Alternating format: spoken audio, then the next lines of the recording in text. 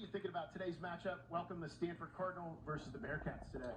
Well, Stanford has a quick turnaround. They wrestled last night at Cornell, where they lost 30-9. You know, great matches up and down the lineup. And today, I think 197 sticks out to me a little bit. Nick Stemmet, who is coming in with a 4-2 record, is going to take on number 13, Louis Dupre. So that's probably going to be your marquee matchup tonight. Yeah, it's starting off here at 125 pounds. We've got Nick Curley from Binghamton, taking on Logan Ashton from Stanford. There's the opening whistle as we get things underway.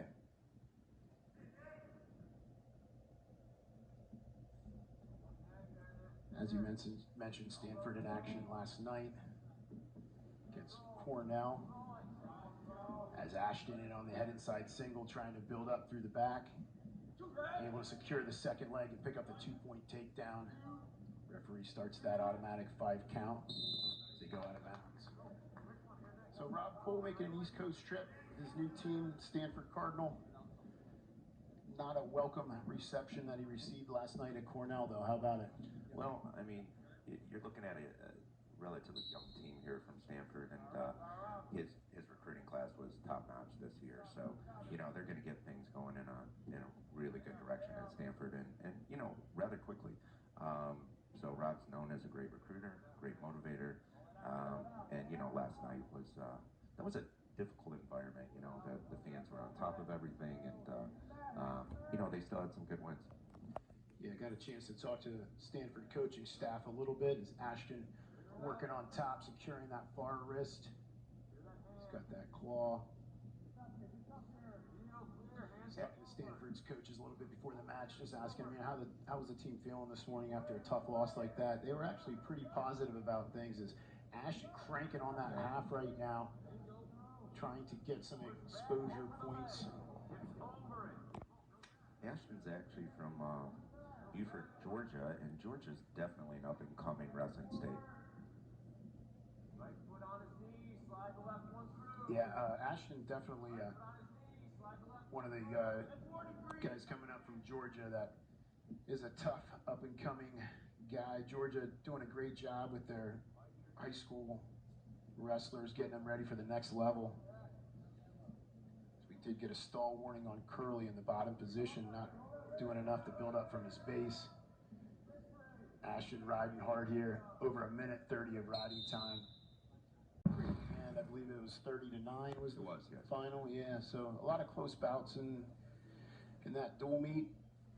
So yeah, and Julian Ramirez is a top-notch athlete, you know, and who beat Shane Griffith last night 3-2, close match, and you know, he was a really good wrestler at Blair Academy. Yeah, as you mentioned, Shane Griffith, the returning national champion, was upset last night, and definitely the biggest upset of the year so far. And as the year plays out, we'll see how much of an upset it was, as Ramirez is trying to make a name for himself. Well, he already did, but trying to make more of a name for himself on the national scene. He'll move up in the rankings right away. And what's interesting is Shane Griffith, his career record is now 40-2 in college. Yeah, only his second loss as Ashton tries to go back to work again with under a minute to go in the first period. Curley doing a nice job at getting up to his feet. Nice mat return by Ashton. He's working that right side, and here we go. See if he can tip him up here. The key is you got to be at a 45-degree angle. He's got to let that settle, as the referee hasn't gotten to 2 yet. Even though most coaches are screaming they want those near fall points, I mean, that's a big differential in a match when you're getting 4 near fall. So it's good that the referee's going to make this guy really earn it, hold him in that less than 45 degrees for the 2 count or the 4 count.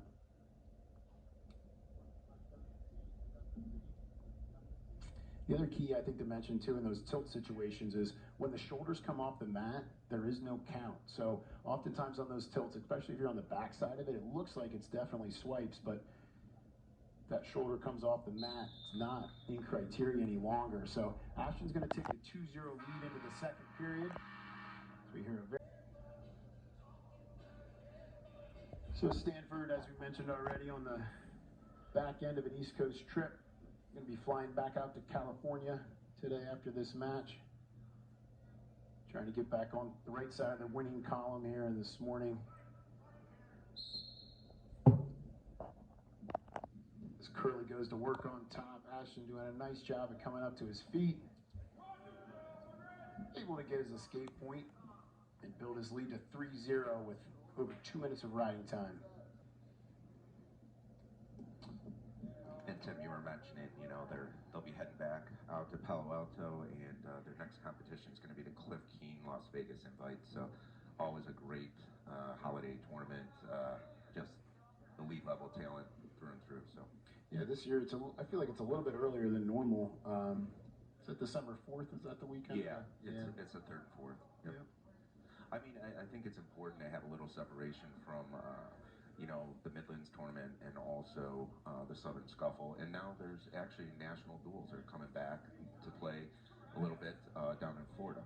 Yeah. Which is, I believe those are going to be the 29th and 30th as well. I think it's a little bit earlier. I think it's the week before. But either way, there's going to be a ton of talent there. I think it's December 20th is the, that's correct. Is the date for it.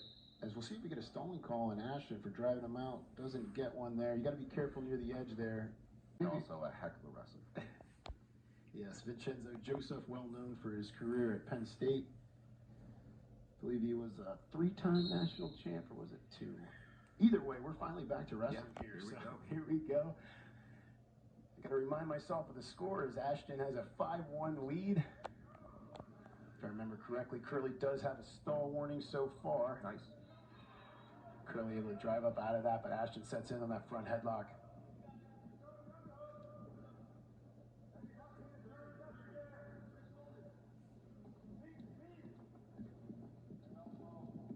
Ashton working the front headlock right now. Curley's got to try to work free. Able to circle out. Now he's got to try to circle in so he doesn't get hit for stalling. And there's the call for a back out stall call. Referee didn't feel like he did a good enough job to stay center. I believe that's his second stall call, and that's going to be 1 point for red.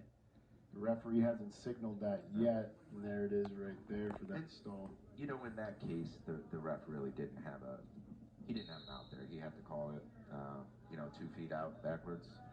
Yeah, honestly, that's a very tough call for officials. I mean, it's a great rule. I love the rule. When they enacted it, it keeps the wrestling on the mat.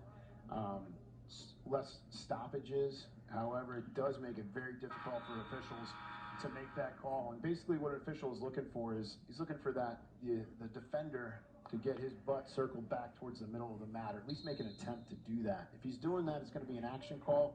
Referee doesn't feel like he's trying to circle in enough, he's going to get banged for that stall warning. And that's what happened with Curley. He finds himself down 6-1. Ashton with a whole bunch of riding time. Here we are in that front headlock situation again. And yeah, if Curley gets the takedown here, you know, he's right back in the match. I'm assuming that he would most likely kick him out, but here we are. And on a single. Yep, Ashton working close to the edge. Tries to gather both, able to get behind the hips and pick up his 2-point takedown. It's going to increase his lead to 8-1. And that was very similar to his first leg attack, almost in the same spot on the mat. And you know, he can definitely start thinking about a major here. With the riding time he is at a major right now, let's see what they decide to do. Just a reminder, you need that 8-point differential to get the major decision and earn yourself 4 team points. Regular decision is worth 3 team points. And that's a thing that these top-level teams, the top-level wrestlers are always worried about. It's just trying to keep scoring points the whole time. You'll hear it when it's close. That's why people aren't really familiar with wrestling. Sometimes it's a big lead. It's like 8-1, 7-1. You got the coaches just screaming to do stuff. And like, why is he getting so upset? Well, they're looking for those bonus points. And in a tight team dual meet, those are big. As Curley able to get the escape. And there's Ashton with only a 7-point lead right now if you count that riding time, which he does have locked in. We'll see if Ashton can go get that takedown. And in this situation, Curley should be going for points. You know, not just fend off the major, like actually create your own offense. Right here, we're in a bit of a scramble. Yeah, absolutely. I mean, it's early in the season. It's such a long year. You know, mid-March is when we're talking about nationals and national titles. At this point in the season, as you mentioned, it's not doing Curley any good just to go on the defensive. He's got to stay offensive and try to get his shot going, and that's what he's doing. His reshot right there was perfect. That's going to be a stall for back out. That's a tough call on Ashton. I'm sure he felt like he was trying to defend that shot, but referee didn't feel like he did enough to try to circle back in, so hit him for the stall warning. Nice go behind by Curley, picks up the takedown. Comes out front on the head, he's going big. I like what he's thinking. You know, he's going for points, and you can't even tell he's losing this match. So if you're the Binghamton coaching staff, you got to be pretty happy with Curley. Obviously took the loss, but wrestled hard the whole time. Good effort there at the end.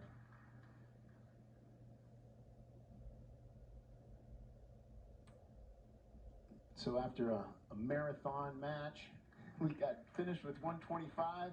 Stanford with the win, and they'll pick up 3 team points. Well, I think they did that on purpose because we don't have a match at 65.